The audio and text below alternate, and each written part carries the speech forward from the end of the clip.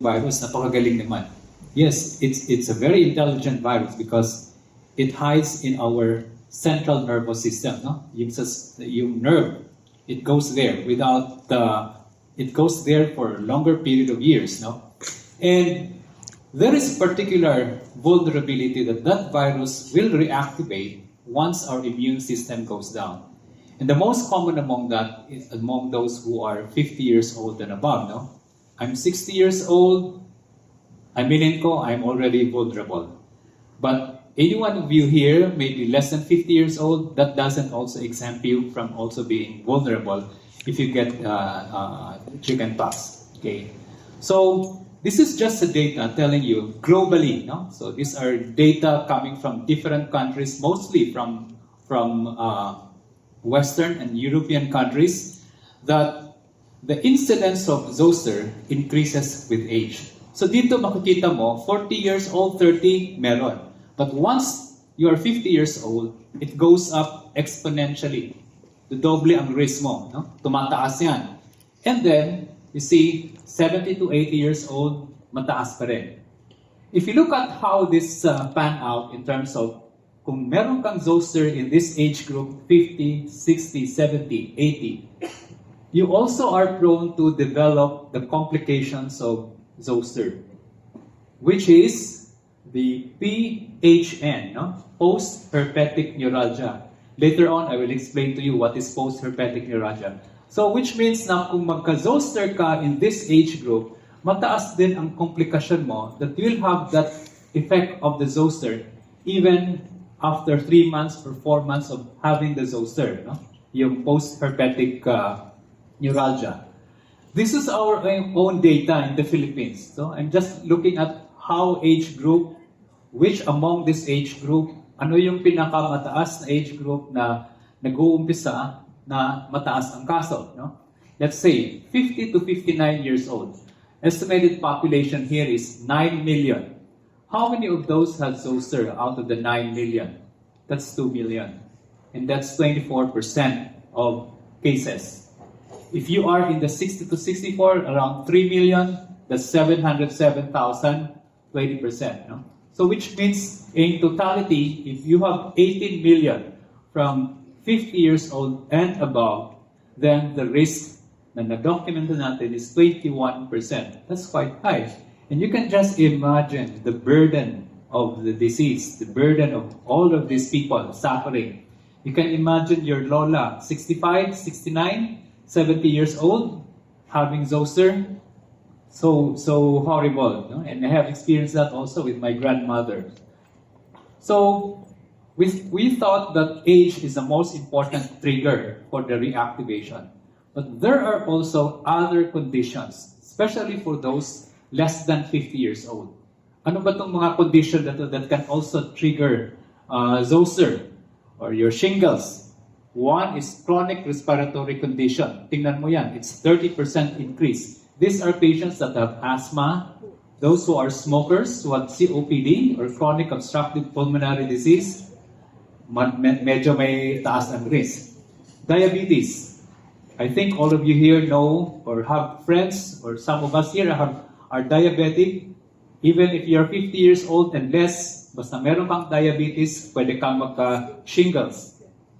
Those who had COVID-19 infection, no? I was discussing it with our dermatologist kanina, why there are a lot of these cases now having shingles. Maybe, no? I cannot say that this is really an absolute fact, but if we are just to correlate, yung mga nagka-COVID-19, because of the immune response affected by the virus, yung mga nagka-long COVID, most likely that can also trigger decreased immune response. And when they have exposure to varicella before, that can be a reason why there is also a reactivation. Of course, we have HIV/AIDS, autoimmune disease like rheumatoid arthritis, SLE, the use of steroids, those with chronic renal disease. No? So ito yung mga comorbidities, underlying conditions that you don't need to be 50 years old and above. 18 years old and above, you can have reactivation of your shingles. So, how does this manifest? Okay, So merong stages yan, no? Bago mo maramdaman yung mga sintomas na to. The first phase is the prodromal phase. Anong ibig sabihin yan? Prodromal, before the appearance of the shingles rash. Anong nararamdaman ng pasyente? Masakit ang ulo, mabigat ang katawan. Later on, we have testimony from actual patients, no? Walang ganang kumain, as if they cannot totally galaw, no? Their function is really very low. And then they have this abnormal skin sensation doon sa area where the rash later will appear. And then after that, you have the acute phase, which will last 2 to 4 weeks, no?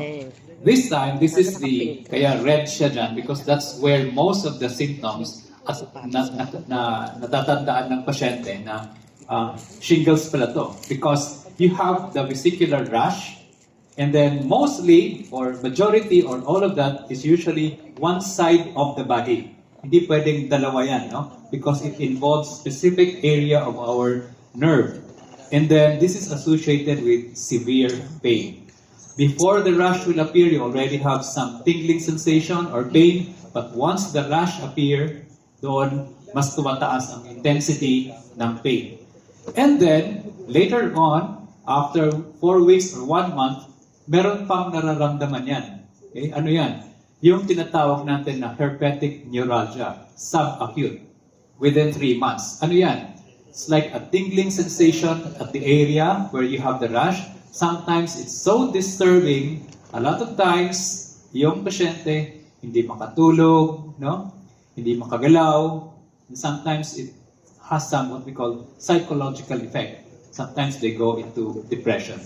But the most important there is the pain during the time of the appearance of rash. Na yung normal living nila, yung normal function nila daily is also affected.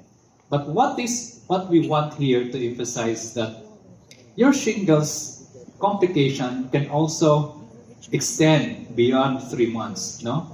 Yun ang tinatawag natin na post-herpetic neuralgia. You see there, it can be months or even years. And I have a lot of these patients that has post-herpetic neuralgia several months after the event. No? Most of them are the elderly population and those who are immunocompromised. So that's something of morbidity dahil nga marami siyang naramdaman, meron ding effects sa kanyang daily living. Okay, so just to graphically illustrate to you how does the rash of shingles will appear. Ito yun, yung una, the first week, you'll have this vesicular appearance of the rash. No? Yung parang tubig-tubig na merong very definite yung border niya. Okay, and then after that, on the second week, that rash or vesicular rash will become yellowish. No? Parang may nagnana. No? Postular ang appearance niya. And then, after that, it will rupture. Okay? Dito yan, sa week 3. And then you have crusting. And sometimes with crusting, you'll also have an infection sa skin. And you need antibiotic. We give antibiotic para hindi lang magiging severe skin infection. Now, it doesn't end there because once you have the scarring of the crusting, then you also have the scarring. If you have to scratch that, it can also cause yung peklat. Okay? As much as possible, you advise patient not to touch it, not to scratch it, kasi baka magka-peklat and it will cause some deformity doon sa area ng skin. No? So that's how bad the skin lesions of your shingles. Now, since we emphasize here the importance of shingles is beyond the appearance of rash, what as doctors like me, an infectious disease specialist, when we have patients in front of us with shingles, hindi lang rash ang pinag-usapan. Ano pa? Yung komplikasyon. And some of these patients need to be hospitalized because of that complication. No? As I've mentioned, yung post-herpetic neuralgia, this is a pain na hindi ma-describe ng patient, longer duration, no treatment. It can only be abated temporarily with mga pain reliever, but most of the time, it's so difficult to control the pain. Itong herpes zoster ophthalmicus, no? So this affects the nerve ending of our eyes. It affects the nerve ending of our eyes. Kung makikita nyo yan, it may just appear a lesion just surrounding the eyes, but the danger there is that it can also cause blindness, okay, in some patients. No? And that's quite very difficult to treat, because if it causes blindness, then there are those that will really not be able to acquire their vision because of the complications. What are the other complications here? It can be causing disseminated disease. One of that is it can also cause inflammation of the brain. No? We call it encephalitis. Okay? Then you have neurological complications. Yung Ramsay-Hunt syndrome is paralysis of half of the face. At the same time, you cannot also, your hearing will also be distorted. Okay? We saw some of the patient. Most of these patients are really the elderly population. Then yung Bell's palsy, there is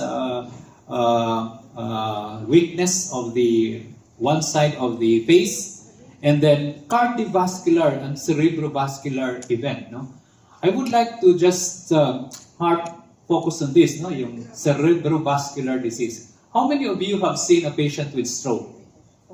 Stroke. 1, 2, 3. Do you know that there is now a direct correlation of shingles with stroke? Because the virus can also penetrate the blood vessel where it will transfuse or where it will feed our brain. Okay? So, hindi ka hypertensive, hindi yung nag-bleed, hindi, it's not. It's just really about the virus causing that stroke that is so common now among the age group 50 years old and above, that they present with stroke. They are not hypertensive, but it's an effect of shingles. Okay?